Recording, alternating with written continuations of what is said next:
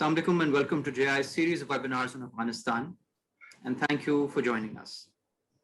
Afghanistan remains a key we keep returning to, with hope, with concern, and the anxiety that a conflict that has been 40 years in the making is entering a new pullout. The war in Afghanistan is symbolic both for its longevity, a forever war as it's been called, that has seemingly exhausted diplomatic stamina, as well as come through as a peace-building failure that bucked the trend to talk, fight, build, or any other solution thrown at it. There are few solutions to choose from at present, and the violence is flaring up day by day, as we've seen, particularly after Eid, and even as the Taliban agree to re-enter the dialogue process. So today's discussion forms part of a wider analysis going on in multiple capitals. Experts come back to familiar questions, contextualize developments in Afghanistan as we see them from Islamabad, and speak to a future that needs greater commitment from international partners. I thank our panelists for joining us. We are joined by Ambassador Tehmina, Janjua, former Foreign Secretary, Ambassador Aziz former Envoy to Afghanistan and Vice President Jinnah Institute, and Mr. Zahid Hussain, veteran journalist and author of several books, including the recently published No Win War.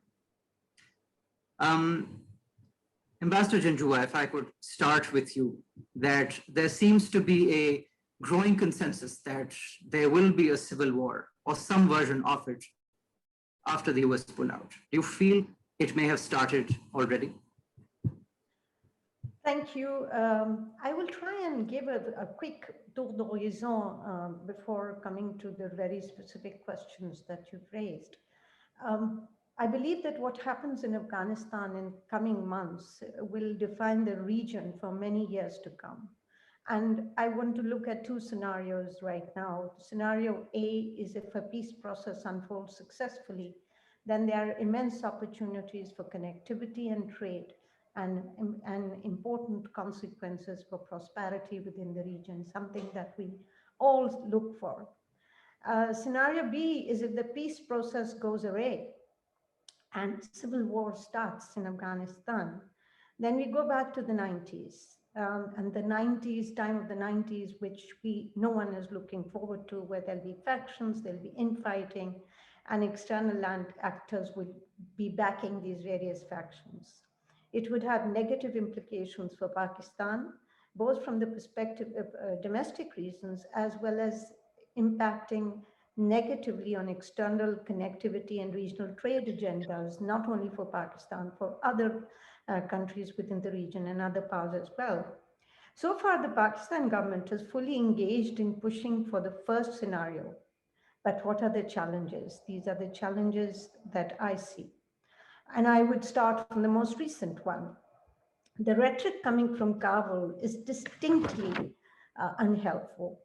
There is a disturbing tendency to place the onus on external actors, namely Pakistan, rather than focusing on steps that need to be taken by Afghanistan and the Afghan government and the people for an inclusive, stable dispensation post-peace process.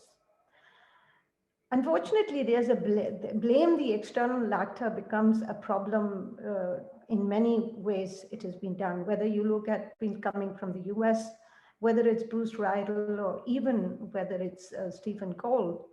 There is a tendency, for example, Riedel has said that the Afghan war in the past said that the Afghan war was not a US situation, not a US conflict, not an Afghan conflict. It was a Ziaul Haq conflict. Now that is being simplistic account, making simplistic accounts of which run into absurdity. And this is a problem that we will continue to face with. And this is what Mr. President Ghani has been doing as well, as he continues to put the blame on Pakistan and says the US is not relevant anymore, it's Pakistan that's relevant. Now, these are things that we need to look at carefully. everybody has a role, and the role, as far as Pakistan is concerned, is that of a facilitator in trying to see if the Taliban can be encouraged to continue to remain in the peace process, etc. The Taliban, the second point that we need to look at challenges, among challenges, they need to come up with a vision which is more inclusive and addresses the aspirations of all Afghans, all communities, all ethnicities in Afghanistan, so that they can have an important, they can have a share in any future dispensation that that comes in Afghanistan. Then there's the challenge posed by spoilers. And some may not agree with it, but I am convinced that India appears to have a mindset that they would not mind the return of the situation of the 90s in a bid to keep the western borders of Pakistan unsettled. The other bigger powers have a role, therefore, to play in this regard in order to compel India to drop its negative stance. The American role becomes crucial here. For them, as well as Russia, prolonged instability in Afghanistan is not in the interest of US, Russia, and China. There are different views on it. I mean, Korbikov has come up with a different view on why they want instability. The US may be interested in instability in Afghanistan, but I still believe that instability in Afghanistan is not helpful for the US as well. The only country that feels it derives benefit from chronic instability in Afghanistan, it appears, is India at this point. Then, of course, internally, there are extreme elements like ISIS, Daesh, the TTP, which will pose a constant threat in Afghanistan and to Pakistan as well. They could have the tendency of disturbing the peace process. If the key players come to an agreement to deal with these actors, then the key players, i.e. the government, the Ghani government and other actors and other political leaders in Afghanistan, as well as the Taliban, come to an agreement, then there'll be less possibility of these elements, extreme elements, to get the space to create trouble.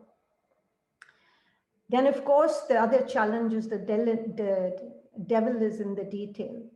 The question of interim government, sharing powers, social agenda, all of that, the Afghans have to deal with themselves instead of a sterile finger-pointing exercise that comes up ever so often. Key actors have to decide. As far as Pakistan is concerned, we've decided that we need a stable, inclusive dispensation in Afghanistan.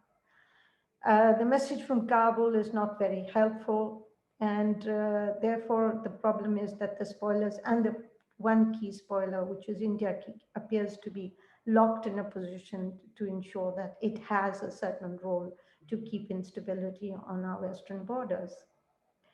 Scenario B, of course, is hugely problematic. I'm afraid if that happens, which there could be every likelihood of happening unless there is some agreement or some way, some modus vivendi that can be worked out between the Taliban and the Ghani government and other actors in Afghanistan. I'm afraid everyone will lose, whether it's the Afghans themselves or Pakistan or the international community as such. The long-suffering Afghan people are the ones who will become a victim to this. They will unfortunately be looking at, unfortunately, I say, losing another generation of trying to find peace. And that is what we need to avoid. The Afghan leadership has to decide whether it wants to be on the side of peace or it wants to build up the rhetoric of civil war in Afghanistan. It is best that the rhetoric is, the narrative is that of peace. There has to be some morality in the practice of politics. Afghan refugees, Afghan people, Afghans will be the sufferers, and it is therefore morality is critical. And finally, I believe the constant downplaying of Pakistan's core interest in Afghanistan is counterproductive. These are core, genuine security interests for Pakistan, as well as for connectivity and other issues for Pakistan.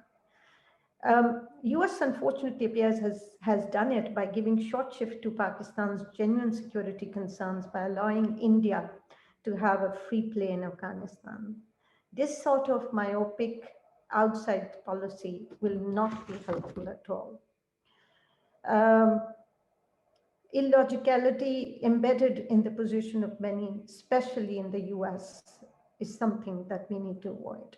And I think these seminars, these webinars that you're holding are extremely important to present Pakistan's point of view in Washington, because there's a lot of talk that goes on in Washington that we come to hear of, but there's very little that filters through on what Pakistan's real thinking is on Afghanistan and where Pakistan's concerns are. I'll stop here. Thank you for that comprehensive statement, Ambassador Sahiba. It lays out the landscape very well for us and identifies all the variables that we will be talking about over the course of this discussion. But your thought on a return to the 90s, I want to stay with that idea for a little bit and refer that to Aziz, because he was instrumental in Pakistan's relationship with Afghanistan through the 90s. Aziz, there's been a lot of talk about whether there will be a return to the 90s or not, but the way the war and violence is proceeding, it does reverse many, many gains that we hold dear, particularly citizen entitlements, particularly democratic governance, or the structures in Kabul that have been brought into place. What do you think is the model that will follow September 11th? Well, thank you so much. And I think Ambassador Janjua has given an excellent overview of the situation. So I will not go into those details. I fully agree with her entire analysis, what she has done. And your specific question about the situation, comparing it to the situation in the 90s, I think that's a very pertinent question that you have raised. At the moment, as I see things developing, it gives me a little foreboding about the fact that we may be returning to the 90s. There is a great possibility that we may return to the 90s, and that is where we have to be very careful not to allow that to happen. What happened in the 90s was basically because the entire international community, after the Soviet withdrawal, just abandoned Afghanistan, and Pakistan was the only country left to hold the baby, or to some extent Iran. And there was a total chaos because of that. Despite the fact that Pakistan had worked very hard to facilitate an agreement among the different Mujahideen leaders, and the Peshawar Accord was signed and so on, the whole thing fell apart very quickly. And after that, the situation was totally chaotic, to the extent that Afghanistan was divided into, at one stage, into about a little over 400 different warlords, small and large. And I have seen some of their fiefdoms in some of their areas and how they control it at a particular time. And that is where the Taliban, that is what gave rise to the Taliban. And they gradually, went on to capture about 80% of Afghanistan. Today, we have to make sure, we should presume that that likelihood may happen. And keeping that in mind, we need to be deeply engaged so that we do not let happen what happened in the 90s, and make sure that Afghanistan does not return to chaos. It will be difficult, but it is quite doable. Because today, the Taliban also probably, I presume, are not the same Taliban. They, 20 years have passed, they have seen the world, they have seen the difficulties, so they may have learned their lesson. We need to remain very deeply engaged with all the sides. This involves the Taliban, which are very strong, and at the moment, as we have seen, that the intra-Afghan dialogue for the last several months, they have not even agreed to an agenda. And the reason why they have not agreed to an agenda is because the Taliban see that they are a solid monolith, while the rest of the Afghan government is divided. There are several warlords also. President Ashraf Ghani, with all respect to him, is a very weak leader. He hardly has any support. Abdullah did not accept him as president and had held his own swearing-in ceremony after the election results. So, these are the complexities.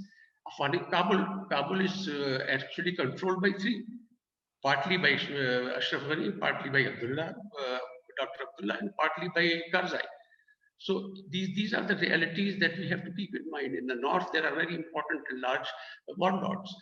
We have to remain engaged with all of them, and we have to persuade all others to remain engaged as well. And it can be a two-tier approach.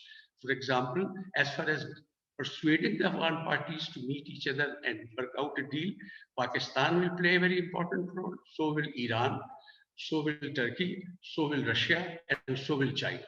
China, we have been underestimating the Chinese influence in the area. Chinese were wise enough to establish contact with the Taliban when they were ruling there. So they will pay attention. And as far as economic aspects are concerned, the NATO countries as well as the US have to remain engaged with all parties. That's all right. If you don't form government, you don't get any money. And if you don't get any money, you can't run the government. Afghanistan can't even pay for its bureaucracy, simple governance issues, and from the revenue that they generate themselves. So we have to be patient, not shout too much, but persuade. Taliban need to be persuaded, and more by Pakistan than anybody else, but others have to help. That we cannot return to the good old days of the 90s. You cannot have the emirate. That things have changed. Yes, if you want an Islamic system and all, you can sit with the Afghans and have a modification in the constitution, but it will not be the emirate, it will be the Islamic State of Afghanistan. So, this is the Islamic Republic of Afghanistan. So we'll have to be patient and yet persistent about this.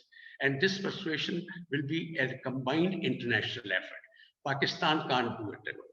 And Pakistan and all other countries should make clear that there are no favorites in this. Last time, the crucial mistake was that there were favorites. Everybody had their favorites. There were reasons for that. We initially, at that time particularly, we tried an intra-Afghan dialogue. I was part of that shuttle diplomacy that was going on at that particular time. But the whole thing didn't work out because Northern Alliance was divided among themselves.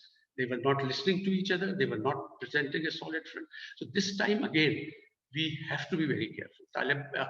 Afghans are very difficult negotiators. They can tire anybody out. But we have to be patient and we have to keep pushing them. We have to ask them to carry on, give them incentives, and at the same time tell them that if you don't, there's no recognition for anybody. And I think ultimately persuade them to at least agree to an interim arrangement, perhaps an interim government, and then call a lawyer jirga or negotiate it, but they work out. We should not suggest any formula. We should just insist that they devise a formula. I think I'll stop here with respect to the specific question. Okay, thank you for that, sir. Zahid Saab, so Pakistan's persuasions may seem to have worked. The Taliban have agreed to re-enter the process. What is the state of the peace process right now? Who is on the table and with what incentives? And as Aziz Saab says, that all partners need to engage the Taliban as well as other factions. Are the Taliban engaging right back with Islamabad?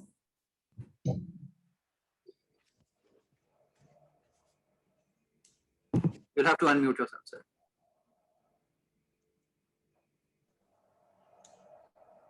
Thank you, Salman. As far as the present status of peace negotiation concerned, I think there is no movement as such. Although Taliban and Afghan government are talking in Doha, there is still no structured talks going on at the moment. And as far as the situation on the ground is concerned, there has never been a cessation in fighting over the last throughout 20 years. And in fact, actually, the fighting has intensified as the American forces have started withdrawing from Afghanistan. And Taliban have a very clear strategy to strengthen their military position. And whenever they come to negotiating table, They wanted to talk with the political, with the position of strength. So I think they have a very clear policy. And what we have seen over the last few months particularly is that they have actually amassed their forces on the edge of several big cities. So their planning is very, very clear. And I think probably they have refused to attend the Istanbul conference, which has been postponed. It was supposed to take place last month. And what I feel actually that they had what they wanted to do is that extract maximum concession from the Americans before they really decide to come on negotiating table, and they might come soon. The Istanbul meeting, the next round, or with the meeting which was postponed, new date has not been announced yet. But I think probably Taliban wanted their prisoners, whatever few prisoners are left in Afghanistan, should be released, and their leader taken off from the United Nations travel ban list. And I think probably that was the reason why they did not participate in the meeting. And the position of ground, I think fighting will intensify. When we talk about civil war, some sort of civil war has been going on for it has never been actually like a peace. What is more scary, the scene could be if civil war increases and if there's no negotiation going on with the Taliban and the Kabul government, then there's also a possibility which is much more should be concerned for all of us, is if Afghan army, national army disintegrates. That what exactly we saw in 1990s. That once Najibullah government fell, all the group Mujahideen groups started fighting among themselves, and the army actually disintegrated. So that is the biggest, should be the biggest concern of everyone, because there are two things. Number one, actually, that we have already seen that Afghan National Army is under tremendous pressure. Well, actually, they have been trained. Yes, they have been trained. They are in a better position than what we have seen a few years ago. But there's a big question mark whether they can continue fighting or resist Taliban effectively without the backing of the foreign forces. And that is very clear, actually. Like over the last 1-2 years, we have seen a large number of Afghan soldiers being killed in fighting. There has also been reports of desertion within the ranks.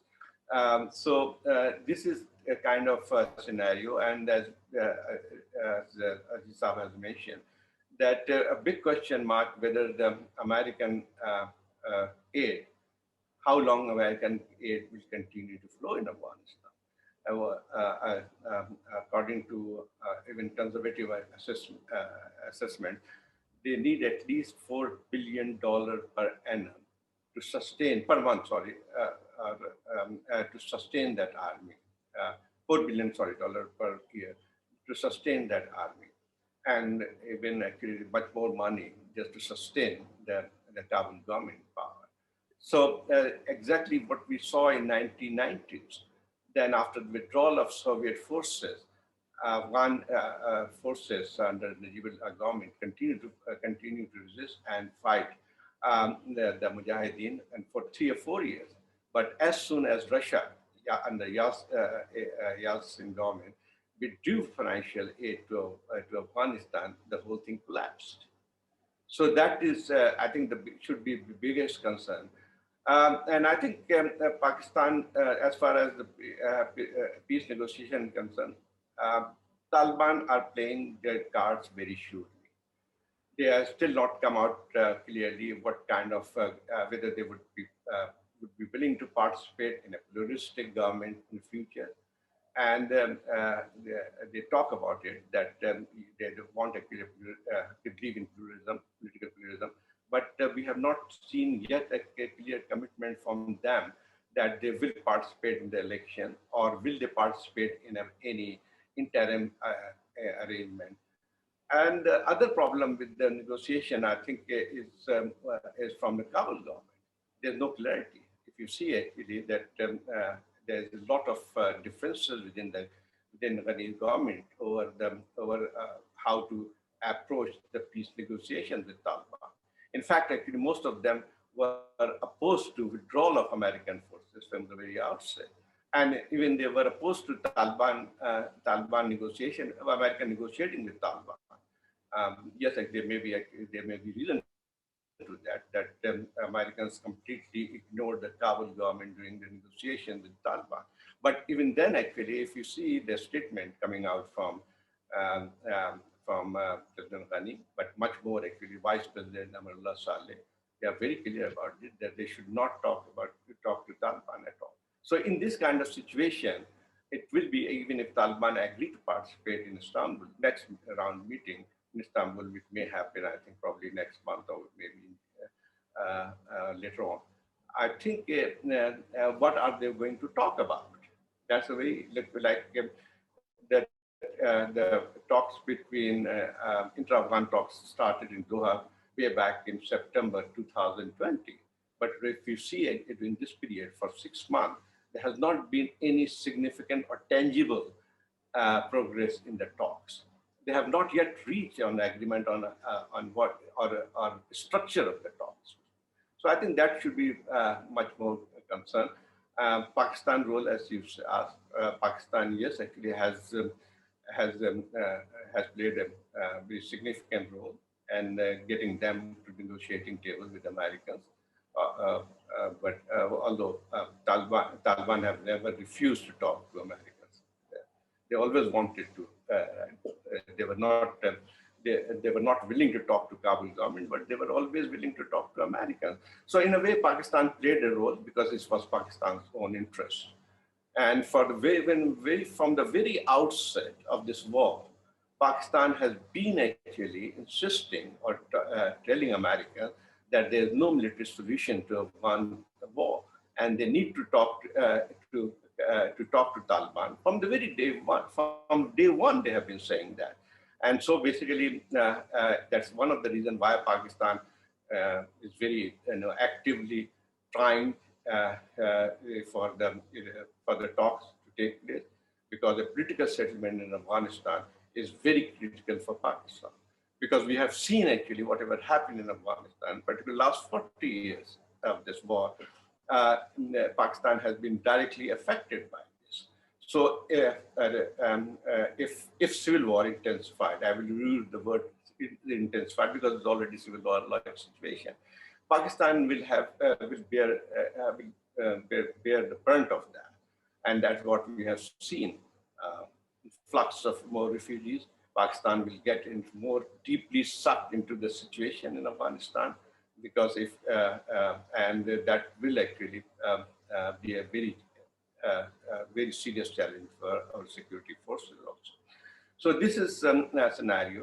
But and one thing more I will add, and then I'll stop, is about the regional situation. Because Afghanistan, we have seen that Afghanistan conflict over the years actually has not been purely because of domestic factors, but not because of the domestic factor. There have always been external factors involved into it. And I think President Biden particularly has at least realized that that is very important. And the Istanbul conference was supposed to followed by was supposed to be followed by regional conference of regional countries. And I think what we have, but still, I mean, like first thing is intra-Afghan, then certainly it should be accompanied by a conference or some kind of agreement among the regional countries. All the countries we have seen actually have regional countries have a huge stake in Afghanistan situation. Yes, there may be some spoiler because we have already seen India opposing any political settlement. They have expressed serious doubt about this Doha agreement between Afghanistan and America. Sorry, between Taliban and America. So that will remain there. But once actually, like the other countries like Iran, Pakistan, China, Russia, Central Asian countries. They all have a huge stake. And I think probably excluding Iran will not be wise thing to do, because as we have seen that Iran has also a huge stake in this in the stability, and they have certain interests too. So I think it's a very complex situation at the moment on the ground. One can only hope that something, there's always possibility that there's a limit to what the parties could achieve in war. Also understand it very well, that they may have a strong position literally at this point of time, but can they take over Kabul? That is basically still questionable, literally. And if you have seen the recent statement by Troika plus one country, four countries, that forced takeover, military takeover of Afghanistan acceptable. So that's also a kind of message to Taliban. So I think probably let's hope actually they don't repeat the mistake of 1990 and they come to some kind of political negotiation. It's also a huge opportunity for all the government, Afghan side, and to bring peace in this country. I think probably there's a very pessimistic situation, but there's also a ray of hope. Thank you for that comprehensive and very insightful overview of where the dialogue stands, the peace process. I want to come back to something that Ambassador Janjua said at the beginning when she limited her comments, and assessing the domestic environment a little bit. Ambassador Janjua, there is the expectation that if war spills over into Pakistan's territory, there will be the influx of refugees, our governance capacities will get constrained, there will be a security situation, there will be constraints on supply chains, particularly our supply of wheat, cement, other things that we send over to Afghanistan. The border remains an open question, the fencing is not complete. So, looking at September and all the challenges that Pakistan faces as the direct neighbor of Afghanistan, would you like to advise domestic stakeholders as to what we need to do, what measures we need to bring in place to, forestall loss of lives, damages, and to just bring in a semblance of readiness? Well, right. But as I said earlier, my instinctive reaction is to talk about the possibility of a peace process getting some way through. Nevertheless, yes, we need to be prepared for eventualities, and there is the danger of some kind of, I won't say civil war, but yes, there is talk of civil war, and there is talk of some kind of conflict within Afghanistan.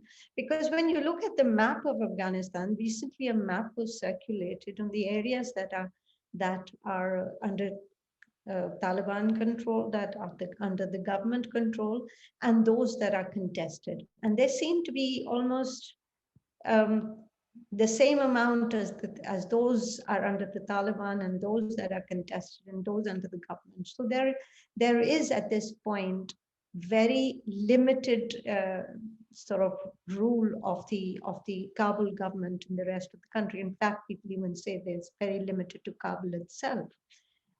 So if there is no peace agreement, if there is no way through for peace to take place, then there will be difficulties that would arise. And Michael Kugelman of the Wilson Center said has listed them as increase in refugee flows, more robust drug trade, heightened risk of cross-border terrorism, etc., etc. Now, all of these are directly relevant to Pakistan, to the Central Asian republics, and to all countries that have borders with Afghanistan, whether it's Iran. And I completely agree with Zahid Saab that keeping Iran on board is an important part for the success of any peace initiative that is to be there. The most important thing is that the Ghani government has to be more realistic of its options And Mr. President Ghani said in an interview recently that what he's done over the past several years is only to ensure that his military is strengthened. But the military may be strengthened, but there are resources that are required. And there's a reference that was made by Zahid and by Aziz Khan Sahab as well about the absence of the dwindling of these resources, and hence the difficulty that the government in Kabul would face. For Pakistan, these are very serious consequences, and we do need to, in case there is conflict in Afghanistan that sort of intensifies, there have been a violence that is increased, whether it's the killing of the 90 schoolgirls, and it's a terrible tragedy that happened, and many other and similar attacks, which ISIS has claimed. Pakistan has seen a bit of it as well. I mean, the recent attack on Serena, ISIS is claimed to have done it. So obviously, as far as Pakistan is concerned, we need to ensure, for us first, primary, and something that's been repeatedly said by Pakistan government and others within the government as well, that we want peace in Afghanistan, a stable, inclusive government in Afghanistan. Now, all the bravado, I'm sorry to say, that's been expressed by the National Security Advisor, the Afghan National Security Advisor, and President Ghani, who I have great respect for because he's a great intellectual of the area as well, is that we should move a step down from the bravado and look at the realistic options that are available.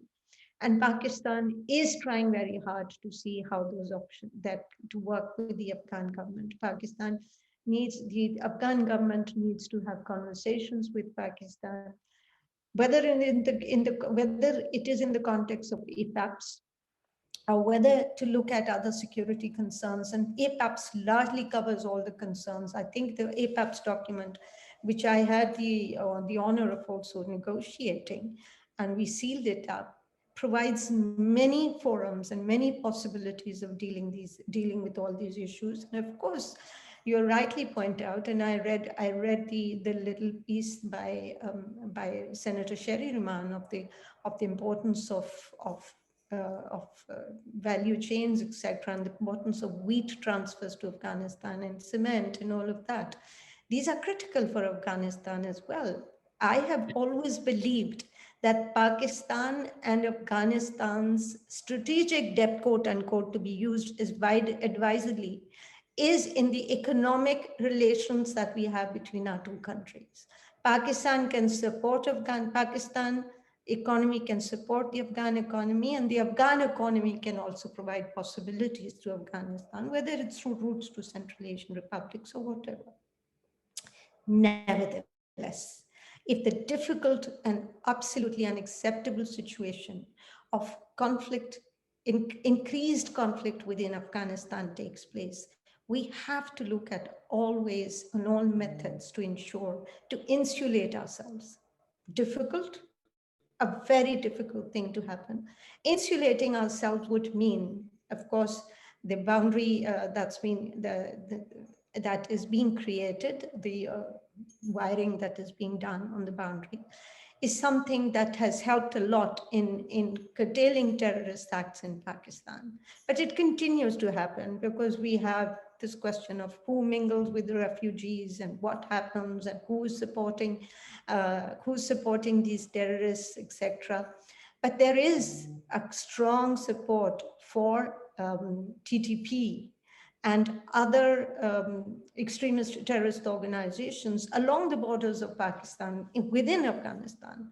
And that is something that the Afghan government itself has to deal with, and Pakistan itself, as far as Pakistan is concerned. As I said, we need to be insular. Insular is very difficult. We have a very long border, but we have to look, because insular means, one, difficulty in ensuring that it remains insular. Secondly, it will hurt the Afghan people more than it hurt on the Pakistani side. And we do not want that to happen. We want to ensure that the people of Afghanistan are not affected by wrong decisions taken by the political leadership in Afghanistan. So it is it is clear that that Afghanistan needs the wheat that comes from Pakistan. Mr. Mohib said the other day that Pakistan is a poor country that can't even look after its poor. Well, unfortunately, I don't want to go down that path, but let's not get into that kind of rhetoric, because it is clear where the difficulties are. So yes, we must try tooth and nail, and the Afghan people, for the sake of the Afghan people and for Pakistan itself, that conflict does not continue, which embroils a new generation of Afghans in a conflict which will be difficult and endless. And of course, the US has a role to play. And in ensuring that Afghanistan, when they leave Afghanistan, their stock. Mr. Ambassador Zalmay Khalilzad spoke of, I think, 330 million or whatever dollars to be given to Afghanistan. Not the exact numbers I can say right now, but there has to be support coming from the European Union, from the United States, and an appreciation of the very genuine concerns that Pakistan has in ensuring peace in Afghanistan, and genuine concern that Pakistan has about the spoilers in Afghanistan.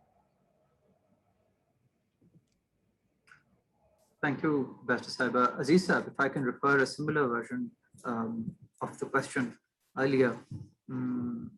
If Afghanistan is only ever a product of international brokerage, then are we looking for the US exiting as, say, chief financier and supporter, and that role being replaced by China, which has earlier this week expressed an interest in being a convener of sorts and resolving the Afghanistan problem? Do we see a transition of the chief convener from Kabul, from DC to Beijing?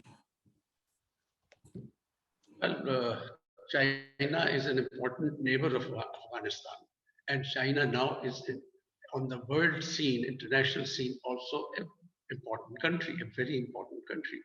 It is a superpower. It has financial resources. It has developed economically, so it is in a position to help Afghanistan.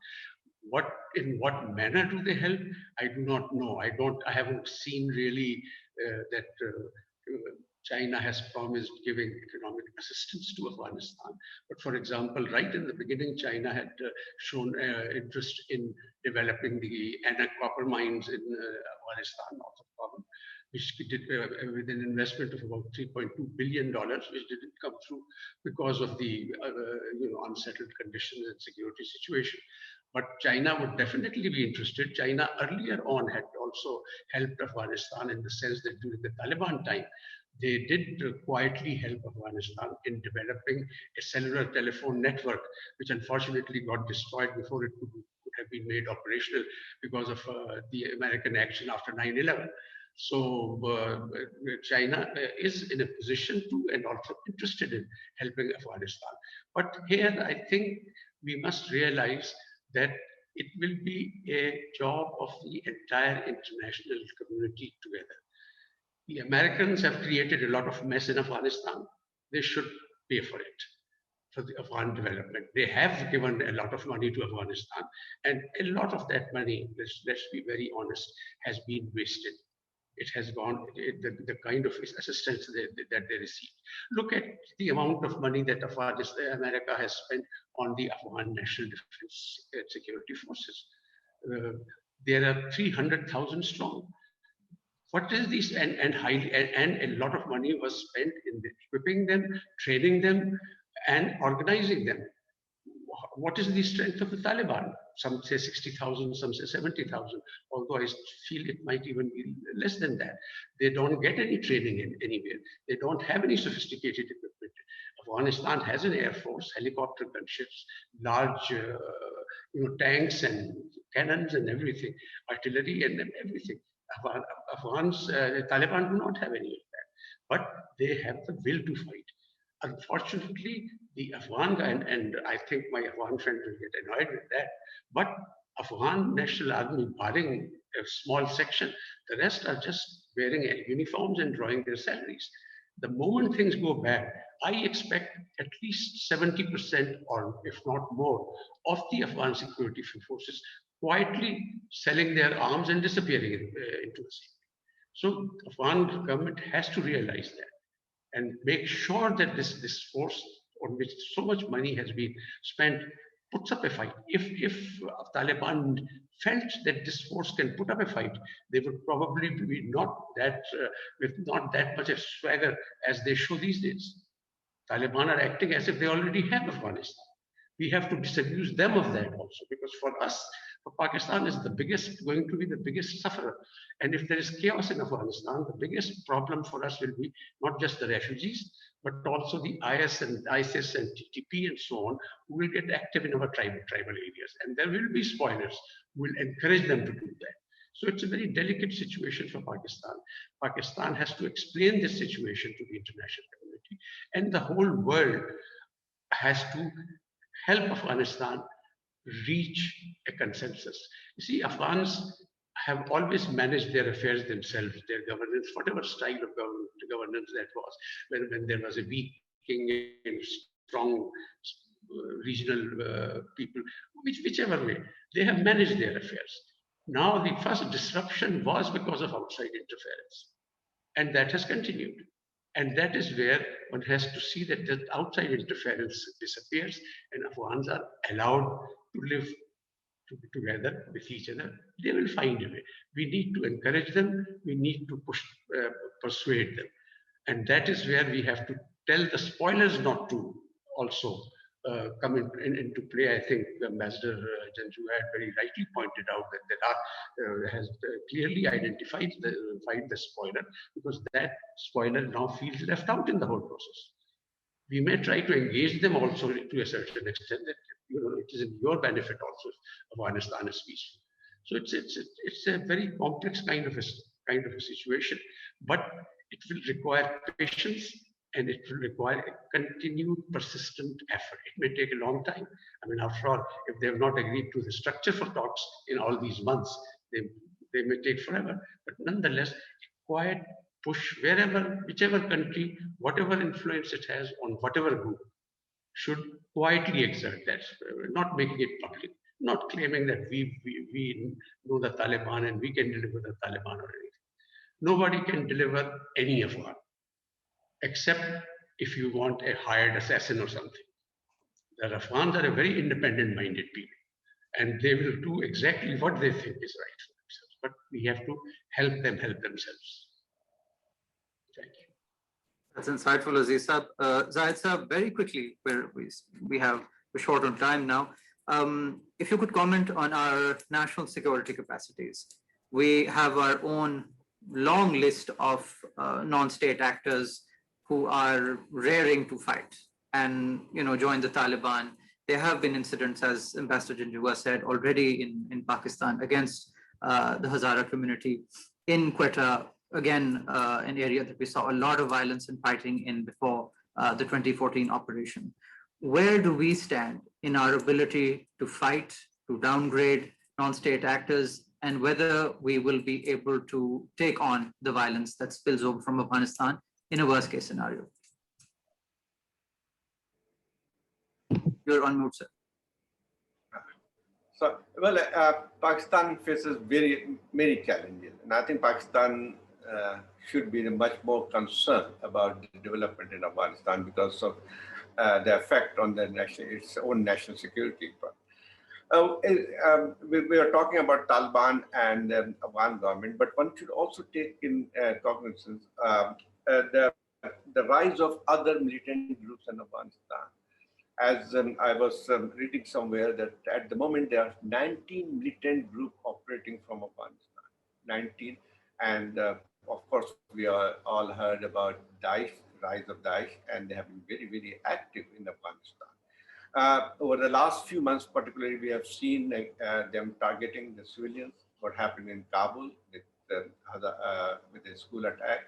And before that, there was several other attacks targeting civilians. So that has created a huge problem. So even if Taliban and the Afghan government reach some agreement, biggest challenge will be how to deal with the other militant groups. That is very, very important. That should be the Pakistan concern. It is not 1990 situation. When we supported the Taliban government in Afghanistan, but things have changed tremendously in the region. Pakistan did not have the problem of militancy as we face over the last few years now. We have actually our own brand of Taliban operating in Pakistan. We had to fight a long battle in tribal areas. We may have cleared those areas, but the situation is still very tentative. And they are operating from the other side of the border. That's a very clear, actually, that TTP's power to attack or to carry out high-profile attacks has diminished, but they're still operating and from across the border. So if the situation worsens in Afghanistan, then obviously this guy will get much more, impetus, and also it will be boosted. That's a problem with Pakistan's dilemma, is that, as Aziz has rightly pointed out, that the restoration of Islamic Emirate is not actually very good news for Pakistan. Pakistan will not, because whatever happens, if Taliban take over Afghanistan, it will directly affect our struggle against militancy in Pakistan. It will. So yes, actually, we would like to bring Taliban in the mainstream, and would like Taliban to participate in the mainstream politics. But probably actually, restoration of Islamic Emirate will not be, will not be in our interest, but it has a long-term consequence. And I think probably it's not just Pakistan, but also actually for the regional countries. And we have clear statements coming out from everywhere. Even China would not like actually this kind of situation occurring, because they also have some problem within their own country. So I think two things for Pakistan, as you asked, actually, national security. Number one, Pakistan should increase its effort to bring Taliban on the negotiating table. And on the we should also increase our outreach to other groups in Afghanistan. Like, we should not be seen, yes, okay, we may have some leverage over Taliban, whatever it could be, but we should not be seen actually supporting particular group in the negotiation. I think that would be a greater mistake if we don't remove that impression. And also, actually, that will happen, and we have been trying actually to reach out to other groups, and we should intensify it. It may not be easy because of what for last 20 years the polarization which exists in Afghanistan has made it much more difficult for Pakistan too. But nevertheless, actually, the policy should be that Pakistan should try to remove that impression that we will stick by Taliban, whatever. No, Taliban. Okay, we wanted Taliban. We wanted a political settlement in Afghanistan, but it does not mean that we should be supporting Taliban as a party. So I think these are the challenges, and obviously it will have a directly affect our national security. And when we talk about national security, it's not just about the military. It's not about like how effective military could be actually to sealing the border. It is one part of it. But actually, much more so is basically the effect on the of that kind of crisis, and where this radical groups fighting in Afghanistan. That will also have, a different kind of challenge. Thank you, Zahid. Aziz, very quickly, I want to refer a thought that was raised by Ambassador Janjua to you on the role of spoilers. India still seems out to spoil this for Pakistan. What is your view on this? Yes, and particularly now, India certainly would want to do it in order to in order to create problems for Pakistan, so that Pakistan remains engaged on its western border rather than looking towards the eastern border. They are having problems with China, and so this would be even now their incentive to be a spoiler will be even more because of that dynamic.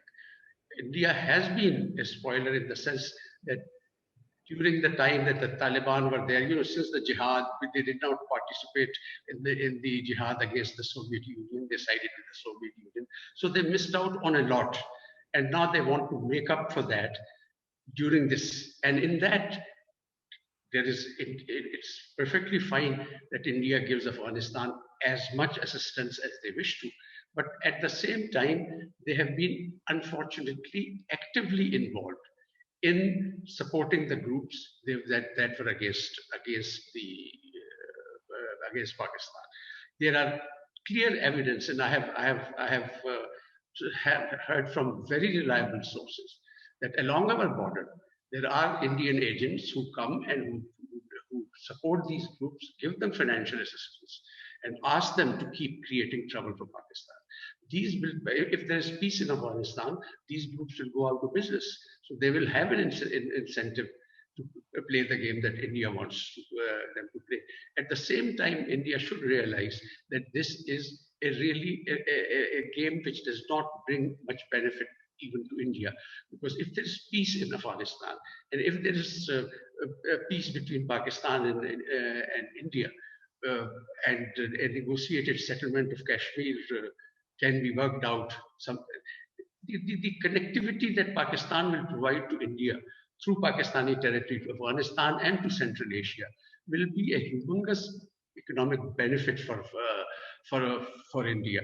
But for short-term gains, they are trying to create difficulties for them. They made a lot of fanfare about the Chabahar port and bypassing Pakistan and all that.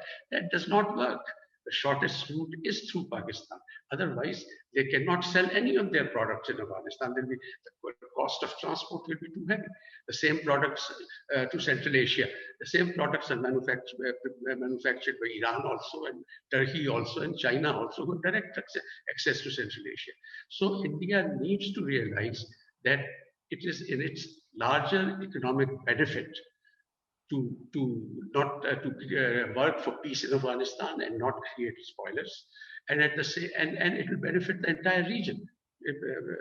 And it will create an environment where we all countries of the region can devote our energies to economic development and bringing a better life for our poor people, rather than wasting our time and energy in these useless pursuits.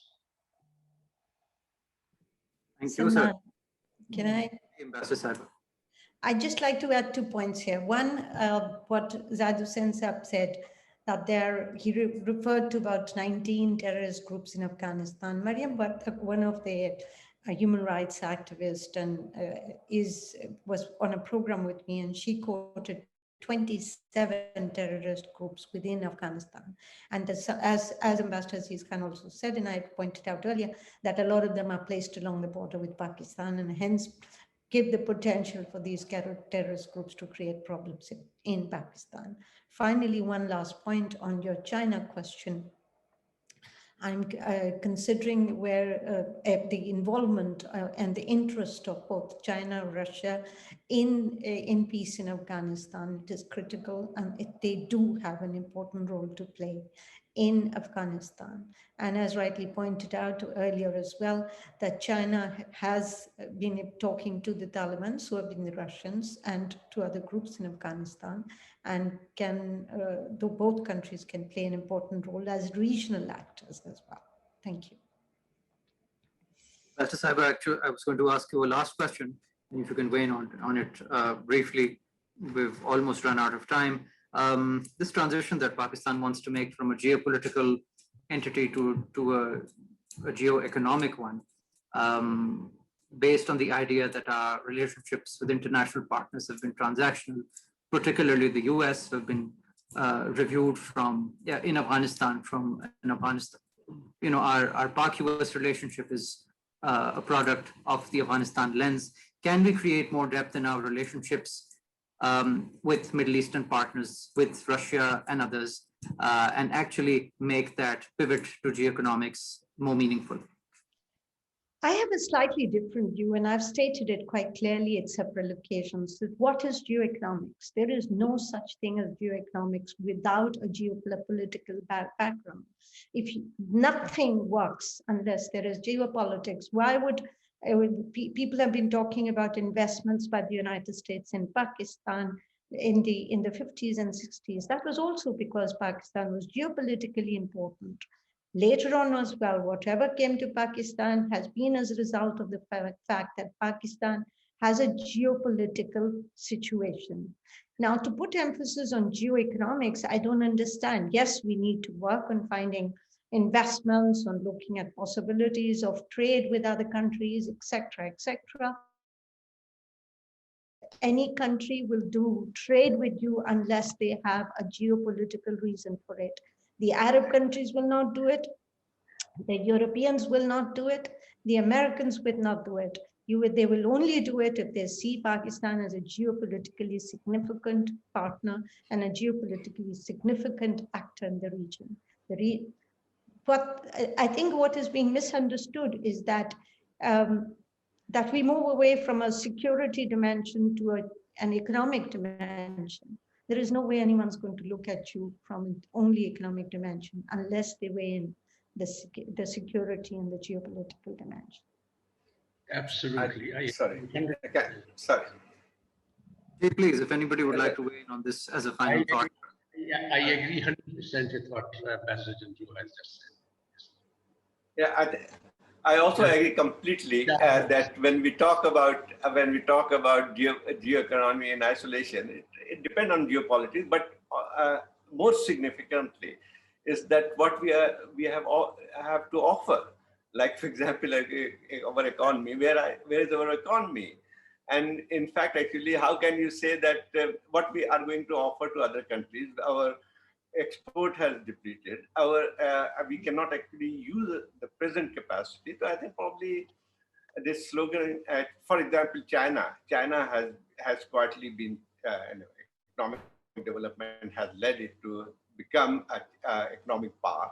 But I've never heard Chinese saying that now we are talking about geoeconomics and not geopolitics. It's a very absurd connotation. Thank you. I think this can give us enough, this is a full topic on its own, and perhaps the next webinar can be devoted to it. And I find that there are strong opinions on this. But I hope we've been able to cover some ground on Afghanistan itself, the hope that our worst case scenarios will not play out, the idea that the Islamic Emirate does not favor Pakistan, the idea that the 90s may not return, but some scenarios will not change. There will be violence that spills over and will cause reason for anxiety in Pakistan. Whether our decision makers are paying attention is our hope, and we will continue to solicit their interest and conduct advocacy via this platform as we go. I thank our speakers today very much for their time, Mr. Zahid Hussain, Ambassador Aziz Ahmad Khan Saab, and Ambassador Tehmina Janjua. Thank you very much for your time, and we hope you join us for the next round of discussion on this topic. Thank you. Thank you.